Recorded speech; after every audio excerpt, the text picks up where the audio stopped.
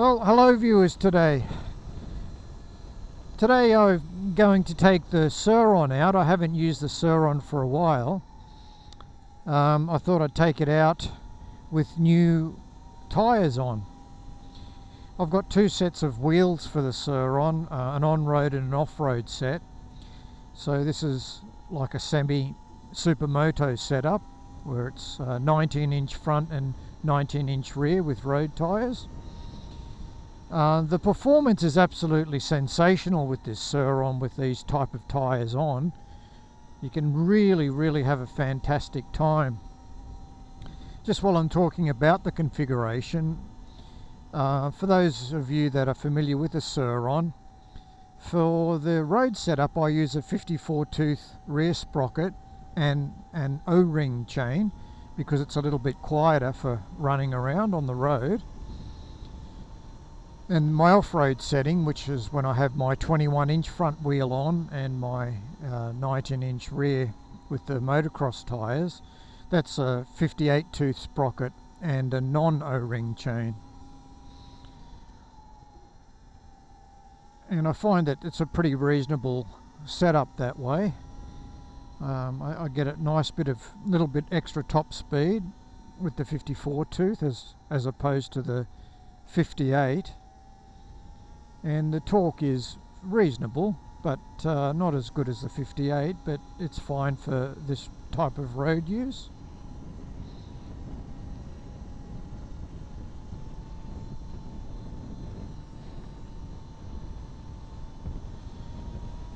So where I'm planning to go today is just on a small road, and it takes us to quite a large waterfall, a high waterfall, and it's probably only 15 minutes from this point where I started recording, so it should be quite good. This has got great power in comparison to the Super Soco that I have. Just explaining the setup on this bike, I have a 70 ampere hour Chai battery from America. It's an excellent battery. It's made a heck of a difference as far as my range is concerned, and it's a well-made battery, so I think that was a good choice getting that battery. And I have a KO Moto Nano controller for the DC to AC conversion to drive the AC motor. I like that because it's fully programmable. Bluetooth connection to your mobile phone, and you can program and save whatever characteristics you like: on-road, off-road, straight road, short road, dynamic braking settings, how much you want, and each of them can be saved as a separate configuration file. So you can just press one key on the phone and off you go. You're in that configuration instantly, so I really like it.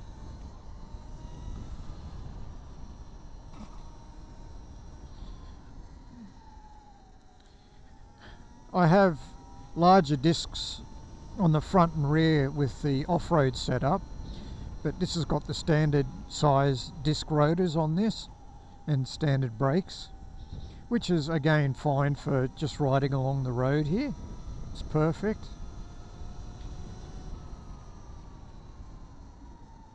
So I've programmed this to give me a maximum of 8 kilowatts out of this motor. The rating is, I think, from the factory 5 to 6 kilowatts, but I've pushed it to 8. This is the standard factory motor. With this KO controller and the battery, I can push this up to, I don't know, 12 kilowatts or something, but the thing is that the motor will burn out. So, and plus 12 kilowatts on 60 kilogram bike, if that's not a recipe for disaster, I don't know what is. But for now it's perfect. 8 kilowatts is enough for just around this small road. I'm only using a portion of that at the moment.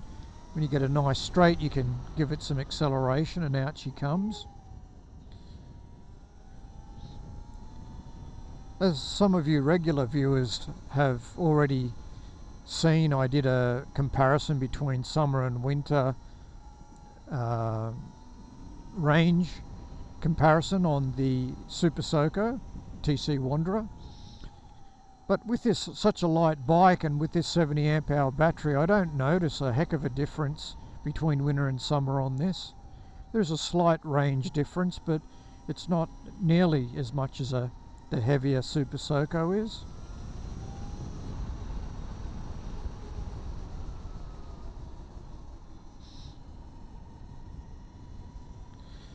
So at the moment we're just on the top of mountain range here. We're just running along the ridge line of the top of the mountain, and then we'll start our descent down to a lower area, and then that takes us to the road that's where the waterfall is.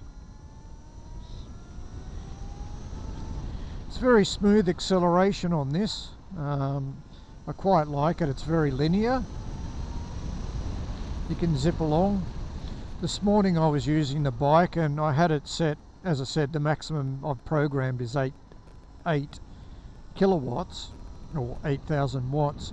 So that gives me a total of about 85 kilometers an hour I can do. If I programmed it higher to say 10 kilowatts, well, I'd probably be able to get 100 kilometers an hour out of this configuration without any problem at all. But it's the limitation of the motor, and that's my own limitation that I've programmed in. So yeah, it does get along quite nicely, this bike. As you can see in the video, it has the standard seat, which is like sitting on a brick. It's very hard. But again, you have to think of it as it is an off-road not motorbike, but an off-road electric bike. And so a lot of the time you're supposed to be standing anyway when you're off-roading. You're not using the seat that much, so I can understand why the seat is the way that it is.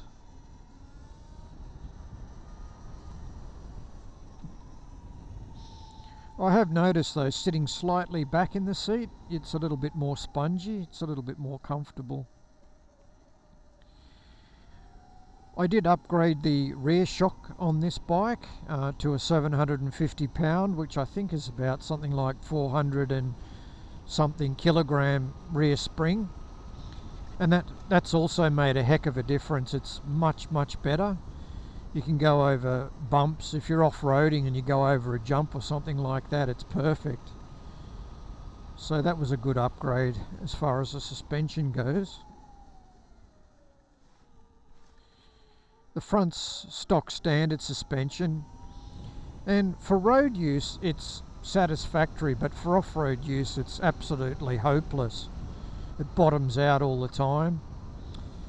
It does have air that you can put inside, nitrogen or air into the actual fork itself. Usually I run it at 150 psi, but it's still pretty hopeless. But I don't take it off-roading all the time, so I'm not really going to change the front forks at this stage. I don't do serious off-roading, and like today with this Supermoto setup, you know, it's fine on this tarred road.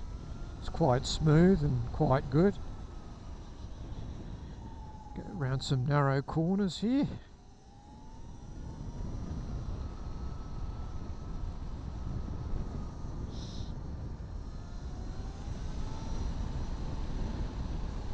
You can really give it a good acceleration piece of, just wind the throttle on slightly and it just blips around the corner. You can blip it all the way around, blip, and it just such torque that comes out of this, it's unbelievable. The standard Surron is quite exciting if you haven't ridden an EV bike before, but you know, it's fairly tame, I suppose, but it's quite still exciting. But once you upgrade it, wow, it's a completely different league. this is probably the most exciting bike that I have and have ever ridden, which is a lot because I've had a lot of bikes and I've raced 1000cc super bikes when I was younger. But for sheer torque and acceleration out of the corner, this is absolutely the most fantastic fun you can have in your life.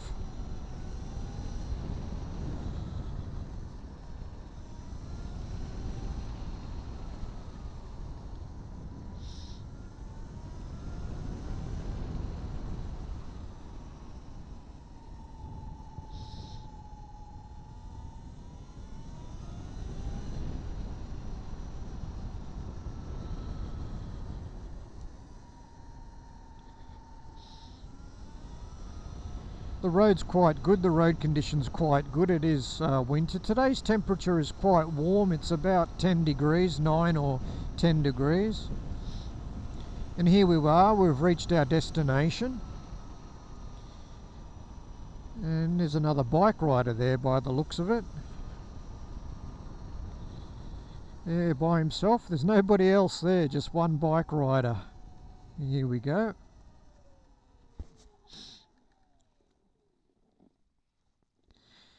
Okay, so I'll just stop here and then we'll go and get a video of the waterfall, and before that I'll do a quick walk around of the bike. So yeah, we'll see you in the next part of the video. So we'll just do a quick walk around of the bike. So here's the Surron setup. You can see the 54 tooth sprocket there on the bike, and then my chai battery, and then over the front there we have the KO Moto controller.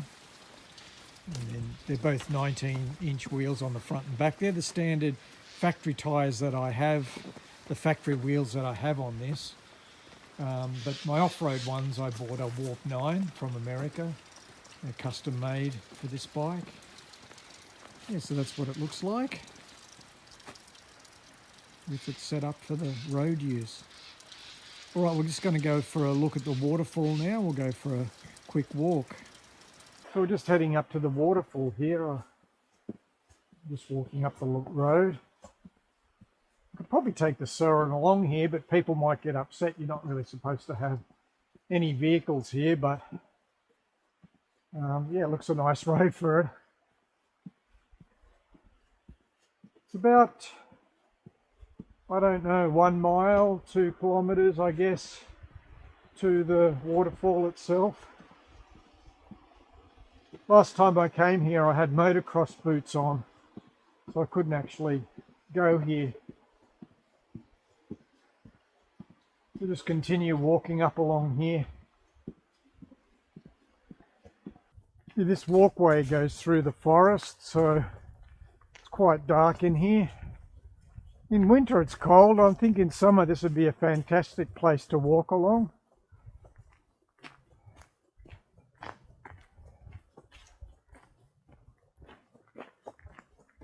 Very peaceful at the moment, no people around.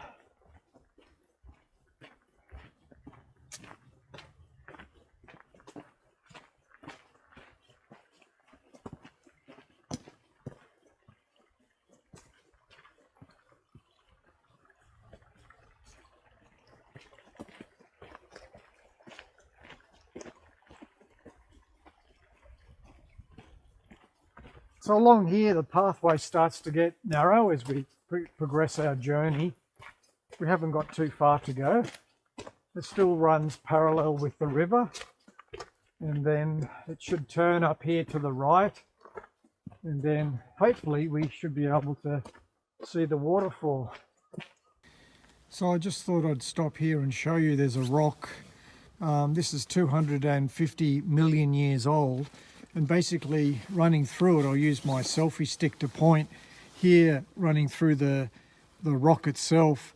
It's sort of split into two, and that was from the two plates around the earth 250 million years ago, and half of it went down and the other half went up. There is a sign here, but you can see the direction of movement, and they're the two plates and the movement which caused that rock to shift. So it's quite interesting, and it's been here for all that time, and just by coincidence they cut the road through here to the waterfall, and they found the rock when they were doing it, so it's quite amazing. Okay, we're just on the penultimate corner. This rounds off and we should be at the waterfall just around the next corner here. Yeah, here we are. It's a nice location. It opened up quite nicely. As you can see, there's nobody around.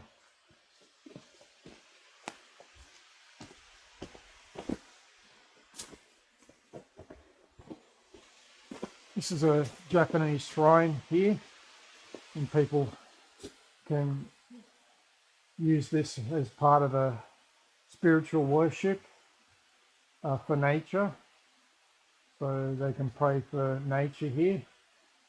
It overlooks the main part of the waterfall. And it really is quite spectacular. It's very, very high. The water's beautiful and clear. We'll go down and have a look.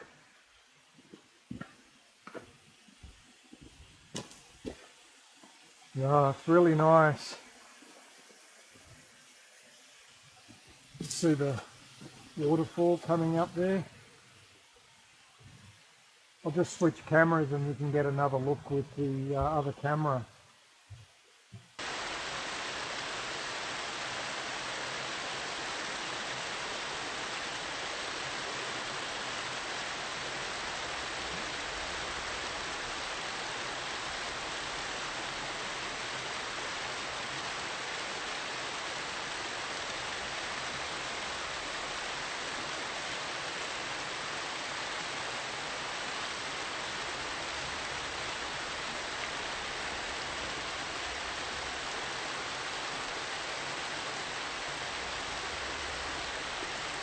Okay, we're just going to go for a walk up here. We can actually have a look from the middle part of the waterfall. So we'll just navigate up these rocks here and over the bridge, and then up these stairs.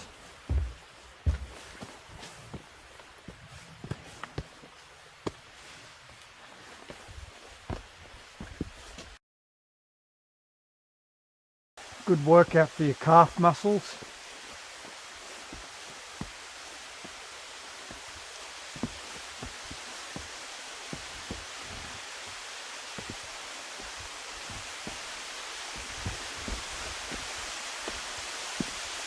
There we go, this is halfway up.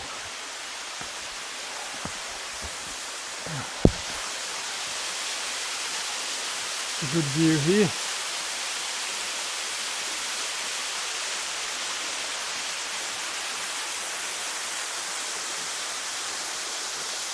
And it's looking back down. 3 or 4 tiers. 1, 2, 3, 4, 5, 6 tiers. 6 tiers to the waterfall.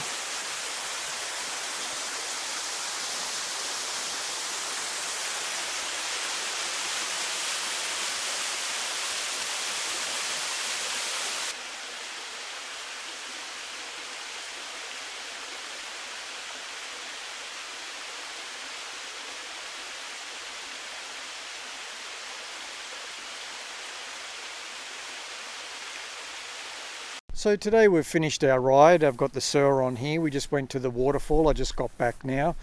The ride here was excellent. The Surron went really well. I didn't have any issues whatsoever. Very smooth with these on-road tyres. It's absolutely excellent. Power was really good. So yeah, we're finished today. I think it was yeah, a really good time. The waterfall was running, so we were able to see it today, which I think is excellent. So yeah, thank you for watching. I really do appreciate it. I hope you enjoyed the video, and I hope to get out on the Surron a bit more now that I've changed the tyres, and the road conditions are quite good at the moment.